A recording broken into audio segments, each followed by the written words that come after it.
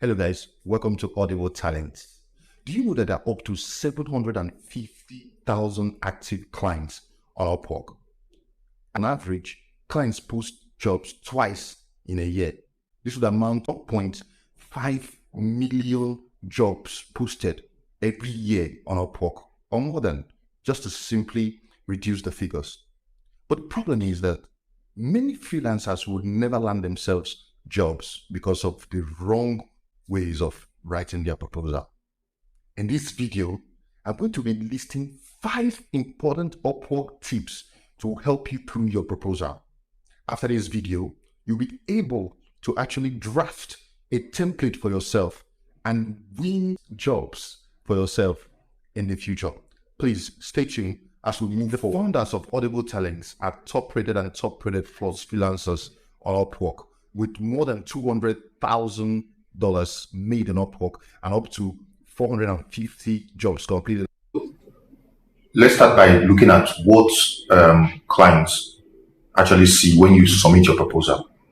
Now, in this video, in this screen, you will find out that what clients see, first of all, is your name, your specialty, your hourly rate, the total you have earned, your job success, and of course, the first 2 lines of your cover letter.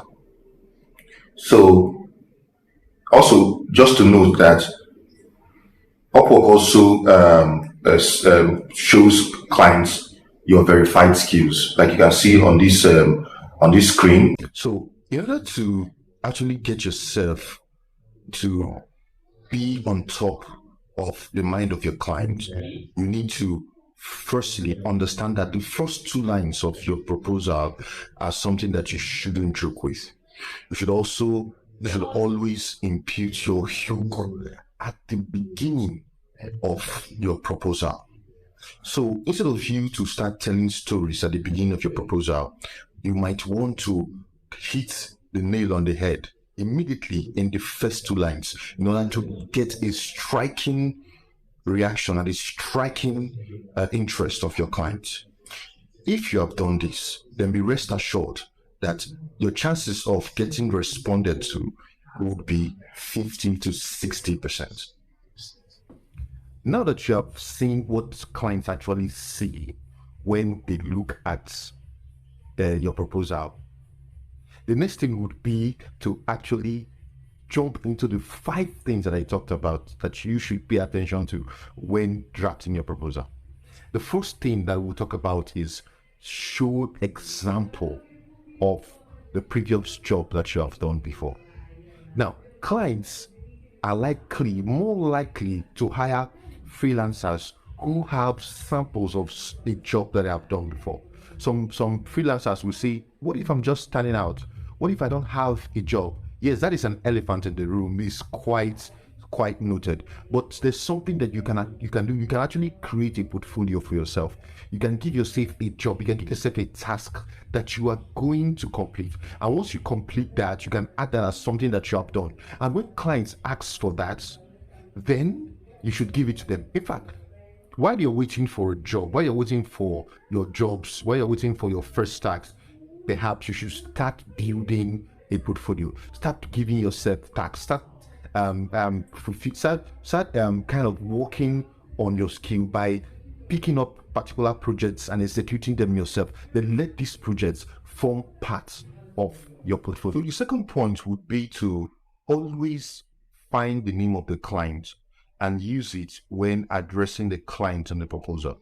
Now, so many freelancers would always want to start their proposals with something like hello, hi, just that.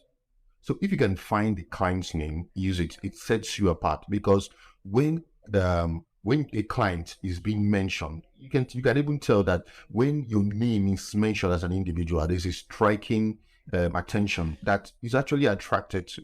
So when you use client's name to start a proposal, like hi Franklin, hi Judith, hi Francis, calls the client's attention in a different way that the client would be kind of how did this person know me? Have I worked with this person before? Most of the clients, 60% of the clients will think that you have worked with them before and they would want to hire you again. So always use the client's name. For us to find the client's name, you just need to scroll down, go to the client's history. Around the client's history, you see that the client has already interacted with more than 50 freelancers, or giving out up to 50 jobs. So in this particular client history, you just go through to see where the freelancer's comment is the first one, to see where the freelancer actually or mention the client's name. I can see it in the first part. It says, though there was some technical issues, I appreciate the constant communication and attempts to resolve them with Mark. Mark is the client's name. So now you know how to find out the client's name. Please always take out the time to check what the name of the client is and use it. Always check what the name of the client is and use it in all your proposals. It sets you apart because there are tons of proposals that are just too generic. Now, the next point that we're going to be identifying here is the hook and the baits. Always use hook and baits for your clients. Remember, I told you in the beginning that what clients see is the two preview from your proposal. So on those proposals are where you are going to impute your hook and your baits. Now, what are hook and baits? And bait should be very, very visible. A hook or a bait is just simply an enticing part of your proposal. So once you have gotten the client's attention on your proposal, the next thing that's important for you to do is to actually talk about the value, that you would bring to the project. Now, remember that what clients are looking for is actually solution. Clients don't want to just work with you because of you. They want to understand what you can bring to the table. So in between, I would like you to understand that everything that you're writing on your proposal should be customer centric. Remember, your proposal is not about you. If your proposal is centered around your personality, then it's already a bad proposal. What you should be dishing out to your clients should be centered around solution. So be centered around getting the job done. Should be centered around telling the client why they should pick you. Should be centered around creating value for the client. If your job proposal is talking about you and you alone, it's already a bad proposal from the word go. So finally, there's one important thing that you have to really watch out for when you are drafting your proposal. It's important. This is a bonus tip to you. It's your grammar. Yes, I understand that, especially for some of us from African countries or Asia countries, sometimes we think that the grammar does not matter. But when your grammar is not well structured, when your grammar is not properly placed, clients begin to think that you lack communication. And yes, you can actually even tell on the way clients will read you, because a good grammatical presentation, a good grammatical structure actually goes away to tell a lot of things about your communication skill. So you have to work on using tools like Grammarly. I think Upwork has actually integrated stuff like Grammarly into your proposal, even your proposal page and your chat page with clients. There's Grammarly there for you to, what you just need to do is to install an extension of Grammarly so that you can be able to actually communicate with clients using the best of language structure. Now, that being said, remember that you have to actually fail a lot of times to understand what failure is all about. So finally, I want to leave you with this piece of quotes by Michael Jordan. Michael Jordan said, "I can accept failure. Everyone fails at something. But what I cannot accept is not trying." So what you should not accept is not trying. Not trying is not accepted in a game of freelancing. Not trying is not accepted in freelancing.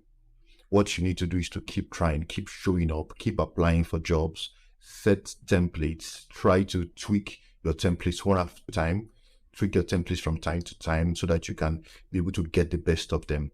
Try to reuse those templates or those proposals where there's some proposals that when you send out, clients actually reach out to you because of the way you wrote them. Try to pick up those proposals, we'll work on them and add some things again, use them, try things. You have to try do a sort of A and B testing to get the best proposal that works for you in your niche. You know, we all did this thing. We all did this experiment to know what actually works, and only apply for jobs that you are actually fit for. You don't need to spend a lot of proposals bidding for jobs. If you have the right proposal structure, have the right proposal template, and you apply at the right time to the right jobs, definitely your first job is already on the way.